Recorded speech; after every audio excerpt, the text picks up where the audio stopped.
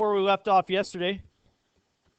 Let C prime of t be the line graph shown below. So we have a rate function here, and let it represent the rate at which customers are being served while purchasing music on an online store, where C prime of t is measured in customers per minute.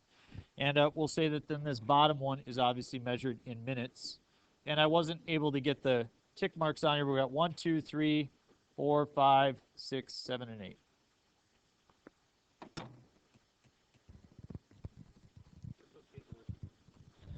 You should be on the notes from yesterday. Here, Caleb. Okay. Now, again, this is not the number of customers that have been served total. This is the rate at which they're being served. So, for example, right here, 5 customers per minute are purchasing music through this online store, okay? That's the highest rate that we have had so far. Over the course of 8 minutes, if people were purchasing music at a rate of 5 people per minute, over the course of 8 minutes, what would be the total number of customers that purchase music? 40. Would you agree that the total number of people who purchase music is going to be less than 40? Okay, because it's not at a rate of 5 the entire time. We want to talk about an overestimate and an underestimate, so we're going to look at right-hand sums and left-hand sums. If I draw a right-hand sum, is that an overestimate or an underestimate? That's an overestimate. So we're going to say that the overestimate will be the right-hand sum, and we'll say that the underestimate will be the left-hand sum.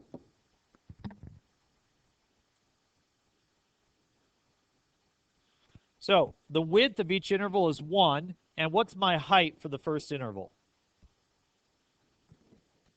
1/2, yep, plus 1 plus 3 plus 3 plus 3 plus 3 plus 4 and 5. And what does that give us? We've got 9 plus 12 is 21, 22. So I got 22 and a half.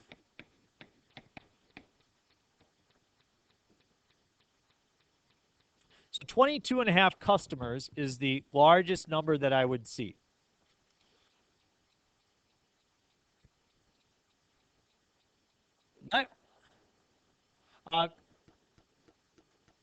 Right. You would say that, right. So 22 would be the maximum in this situation. We'll just leave it 22 and a half. I maybe wrote a bad problem. Okay, let's look at left hand, okay? Left hand would be 1 times. How will left hand change in this problem? I'll start with 0, and you get rid of the 5 on the end.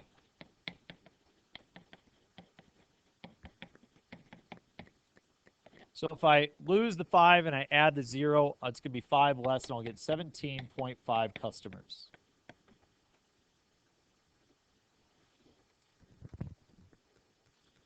So if that's the lower bound, then technically 18 would be my lower, but we'll just leave it at that, okay?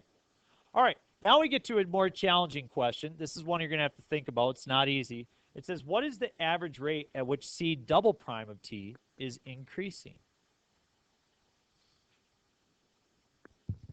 What does that mean?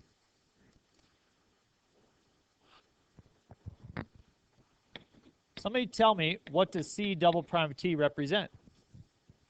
The second derivative. The derivative of this function, correct? Now, is it asking for the instantaneous rate or the average rate? Instantaneous would be derivative. Average would be slope. Okay? If we're looking at a rate of change, we're talking about average, then we're just simply looking at y sub 2 minus y sub 1 over x sub 2 minus x sub 1. So I'm going to look at my y sub 2 value and my x sub 2 value. So I have C prime of 8 minus C prime of 0 over 8 minus 0. So what is the y value? What is my y sub 2 value, the C prime of 8? 5. What is C prime of 0, or my y sub 1 value? 0 over 8, and I get 5 over 8, which is 0.625. And what is my label? Customers per minute squared.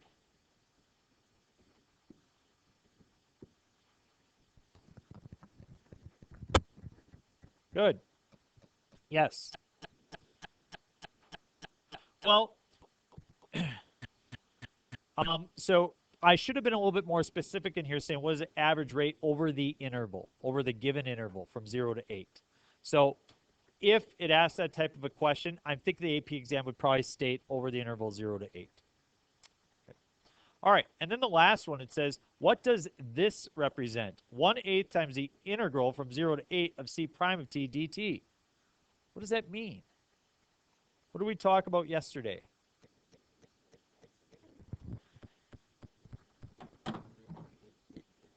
Yep. Very good. Yep, you guys are getting it. Let's see what it looks like here. It's the average value of this function, right? So you tell me when you think I get to about the average value. Okay, somewhere around there? Okay, whatever. All right, so you're saying that that's the average value of the function. So 1/8 times the integral from 0 to 8 of c prime of t dt is the average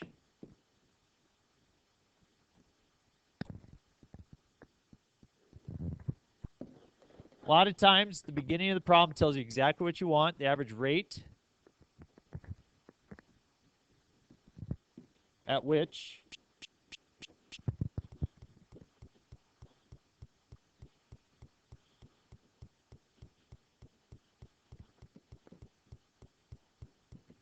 I'm going to use units in customers per minute from time equals 0 minutes to time equals 8 minutes. And yes, on the AP exam, they'll want that full explanation. So we're talking about the bounds. We're talking about the function. It says calculate the exact value.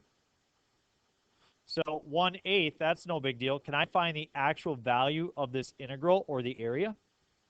Yeah, these are shapes we can figure out the area of, right? Let's just start counting.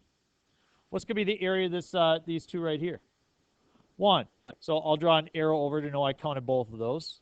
I have 2, 3, 4, 5, 6, 7, 8, 9. And we'll pick up with those when we get back, okay? And then you'll have the rest of the hour to work.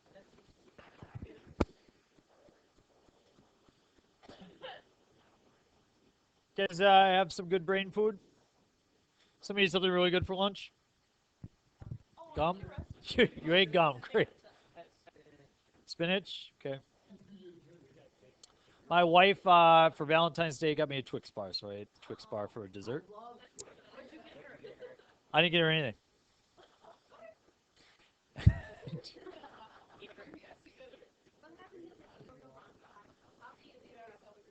All right.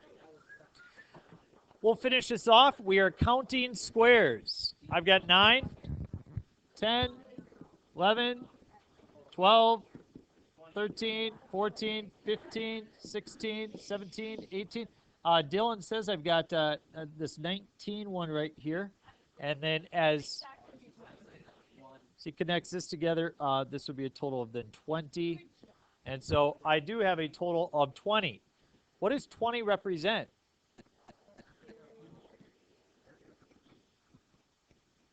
Great. It's the area under the curve. Tell me something else. It's the integral from 0 to 8. What does that mean in context of the problem?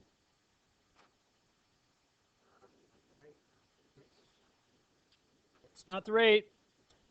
That's the total number of customers. That's the total number of customers served. Okay? So when I take the antiderivative like that, when I do the integral, it takes off the rate portion. Okay? That's what's happening. So remember, we go from position to velocity to acceleration, if you think of it like that. When we take the integral of a velocity function, we get the total distance traveled, or displacement. Same thing here. When we took the integral of customers served per minute, we get 20 customers, or 20 customers served. Over the course of 8 minutes, we get 20 over 8. Divide each by 4, we get 5 over 2, or 2.5 customers per minute is the average value of the rate function that I have. And if we go back up and examine the rate function, does it look like 2.5? Does that seem reasonable that that's the average value of the function? It does, and so that's what we've calculated. So you have those three examples. You have one where we're given an equation and use your calculator. You have one where we're given a table, and you have one where we are given a graph. Go to work. Just work on what we did yesterday. Worksheet and first question.